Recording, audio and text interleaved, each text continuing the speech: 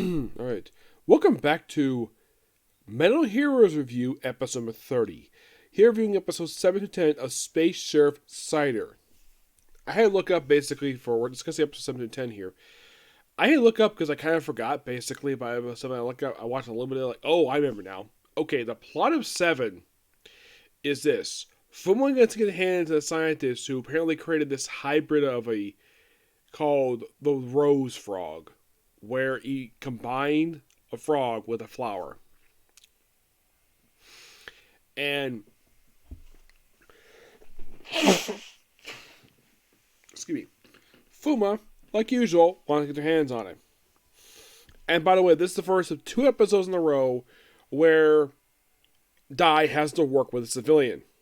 Well, he has to explain who the heck he is, the fact he's a space sheriff, and the fact that Fuma's after something related to this guy. This also happened in episode 8 and in episode 10. 9, not really. Yes. So Dai explains, he is. Now, I at least appreciate the fact that he gets a lot of screen time over the course of these 2 episodes. But 9 is basically kind of stupid of an episode. I'll get to it. So they reported the research was destroyed, despite the fact it really wasn't. Basically, what was left of the research was actually kept in his daughter's teddy bear. Yep. And I appreciate, though, that Dai basically stumbles upon this when he does basically what he's supposed to. You protect the scientist. It's a pretty okay job. The daughter gets she gets rescued. And it's all about creating a rose frog. I'm like, that's it? That's the reason why you have the scientist to create a rose frog? Yes. But he has to explain it here. Now, excuse me. Now, 8 is more of a reference main plot of the main series where Fuma destroyed planets. Now, basically, it is shown that Dai can hear stuff, I think it was Annie, can hear telepathic communication. So, finds this girl is from the planet Plane. Yes, seriously, the planet is called Plane. I'm like, where in the world does a writer of this series come with these names of planets? Mount? Plane? And they're called Planist? The name itself sounds boring. Oh yeah, and the fact this girl was revealed to be the princess because the planet itself was not destroyed per se. Oh no, it was occupied by Fuma. And of course it was revealed by Commander Crom when he appeared in the episode. First time he's actually appeared at this point since episode 1. Making only his second ever appearance. Yes, 8 was the first time since he appeared. And he appeared a lot throughout Gavin, and a good chunk of basically Shreven. This only is his second appearance in 10 episodes. Yes, 10. Because the way they had it in Gavin was that he was reporting to him a lot of the stuff related to the criminalization every episode. And Shreven kind of kept the same format, except basically Gavin basically took that job for the most part. Sometimes occasions come to Earth and you have them team with each other. But in the case of this particular series, not the case. It's like anything else like Galactic Patrol.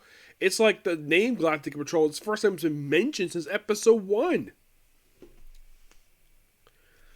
I mean, you could kind of say... Actually, no, it was kind of mentioned episode 3.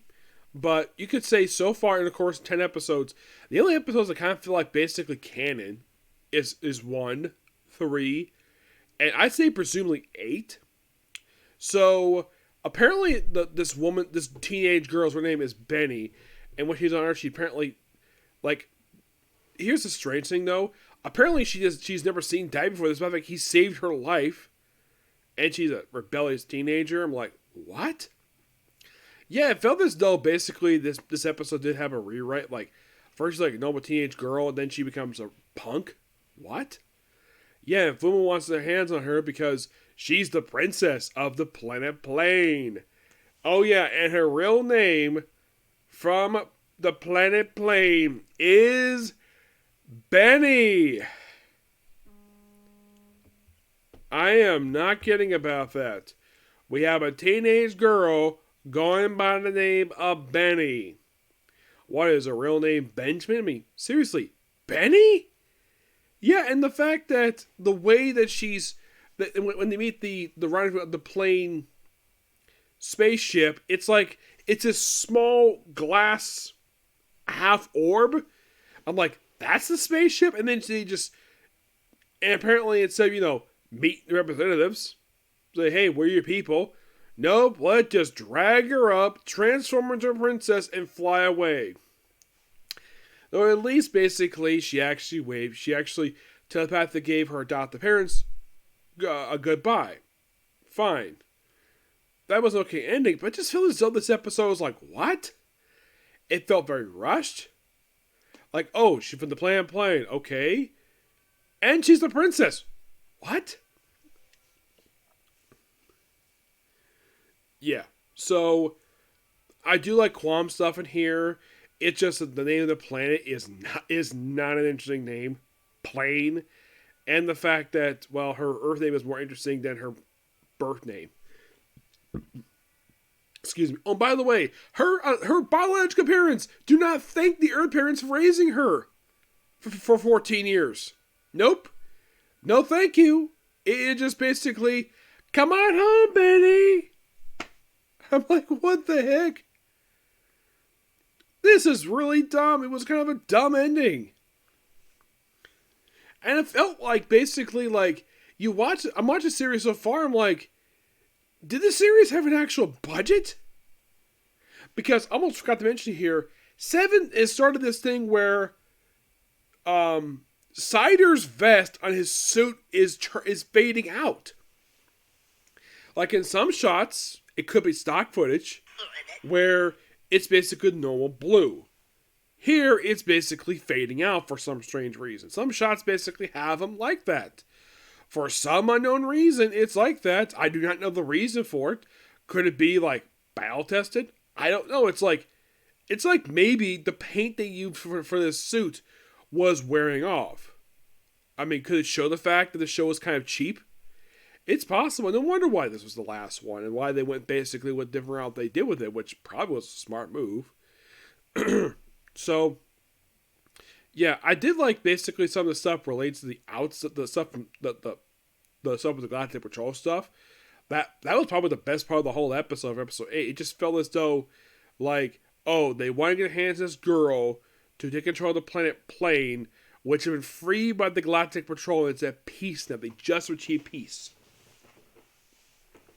Yeah. It almost felt as though it's like they ran out of money. Yeah. 9, oh boy, this episode is bad. Like, okay, I have nothing against the music stuff. Like the way they sing it, I love the beat. The problem is the lyrics. And I agree with the parents. The lyrics are stupid. The song is basically called the Who Cares Boogie Woogie. And it's like, the whole thing with this one is like, what is the actual operation here? The whole who cares? It's like, basically, it's like, it felt like a very lazy episode. Like, my gosh. This episode felt really lazy. Here's how I mean by that. Okay, so, what is the actual plan of they call it, by the way, they're really in the episode, Operation Who Cares? It's like, whatever. I mean, is the writer actually bothering to write a good, decent script for these episodes? So, songs like, oh, don't care about, you don't care about parents, don't care about teachers, schools, things like, it's like basically a retread of an episode they just did. The rebellious stuff. At least that was more interesting than this piece of nonsense. Actually, no, this feels like a retread of the episode where everybody was becoming lazy. It's like the same exact plot, just using music instead of basically like turning people to silkworms. At least that was more interesting of a plot than this. Like, what was the purpose of this concert? Oh, let's just gather kids up and murder them. Oh yeah, and also some kids were dragging our kids to this concert. Like they actually do want to go to school. Yeah, this episode was terrible. My gosh. I mean, aside from the awesomeness that was the strange battle, which for some reason they decided to use the beat of Johnny Be Good. I have no idea why the heck they did that for. It was really weird. But by far, really strange episode. Yeah, but 10 was a little bit more interesting. Where, like, at one point they actually used one of the crafts a couple times. Oh, by the way, when they freed the kids on the ground, he summons the drill, which it seems like the action was more interesting than the main story. In 9, yes, the action is a lot more interesting. This, like, 10 basically was a little more interesting. Like, we have basically he's under threat, and the fact that the film was going after him because he just happens upon a plot. So, the plot of episode 10 is brainwashing children by changing their language. Excuse me. Yep, that is literally the plot of this episode. So how you brainwash kids in this episode? Why have them basically listen to phrases said by animals that don't speak Japanese or English? Just like blah blah blah. It's like, what? At least the stuff with the thing with 10 is it's like that part of the episode was, it's like, okay, brainwashing children with language like that I thought was actually quite original, but the way they did it was bizarre.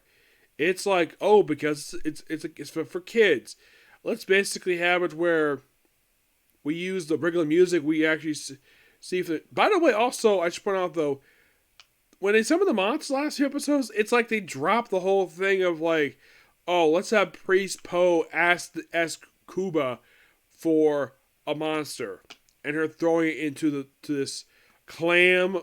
Basically, he summons, like, the monster starts out as a pearl, and it's dropped into a giant clam filled with red liquid, and then the monsters hatch from an egg.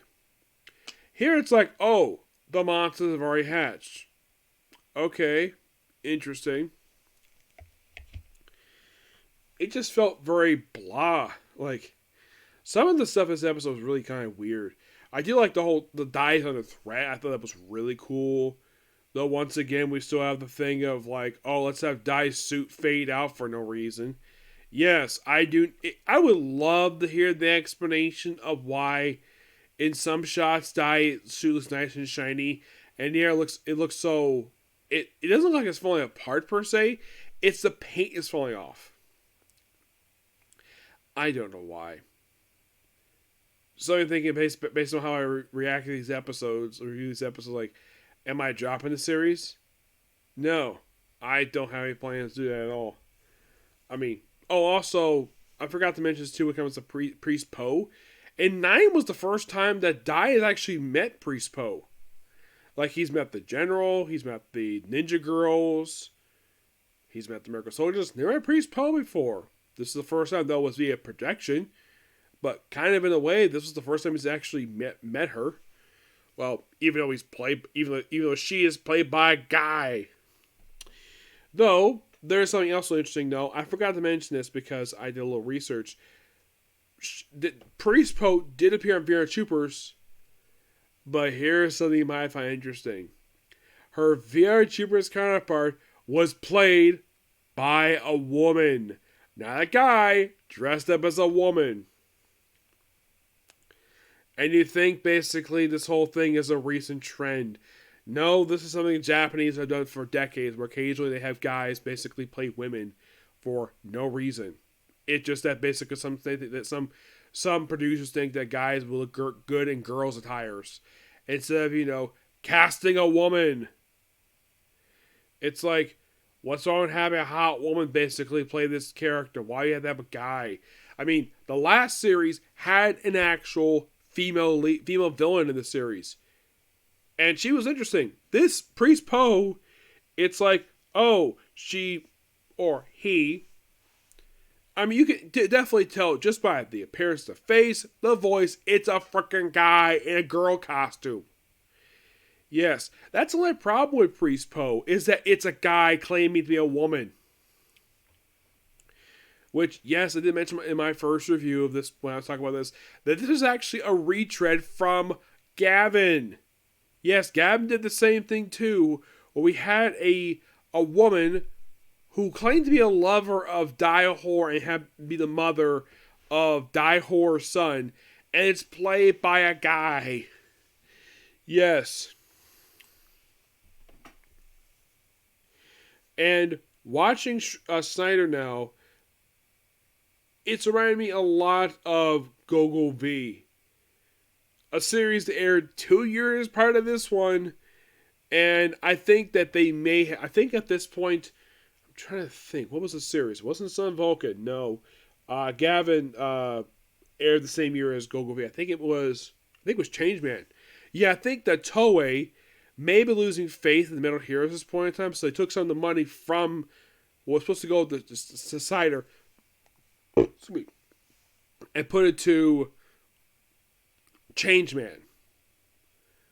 I'm thinking so, or that, or the fact the mid '80s was not. Now, when I heard the mid '80s for Japan was a very good economic period. As for why in the world that the production was that they had this production the way it did, where like, oh, let's have it where the series doesn't have look like it doesn't have much of a budget. It's like it's like the budget was slashed for this one for no reason. You could say that the series was made because Sherman was popular. People love Sherman and Gavin. We will continue to defend with this one.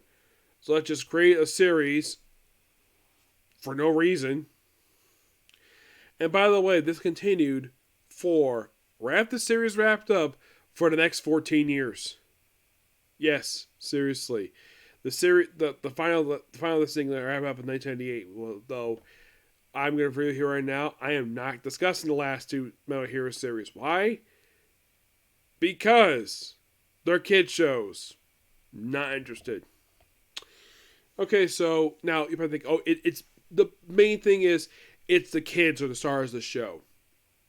And this unintentionally killed the franchise. Basically, these two series did. But I'll talk more about that in the future when I get to any of this. When I talk about finishing Metal Heroes, because Metal Heroes is not on the air anymore. They have not been on the air since '98. They've had a handful of movies published since then, and that's been pretty much it for them. I'm gonna wrap up here and basically gonna do One Piece and a comic corner and move on to Spy X Family. Okay, next view. Bye.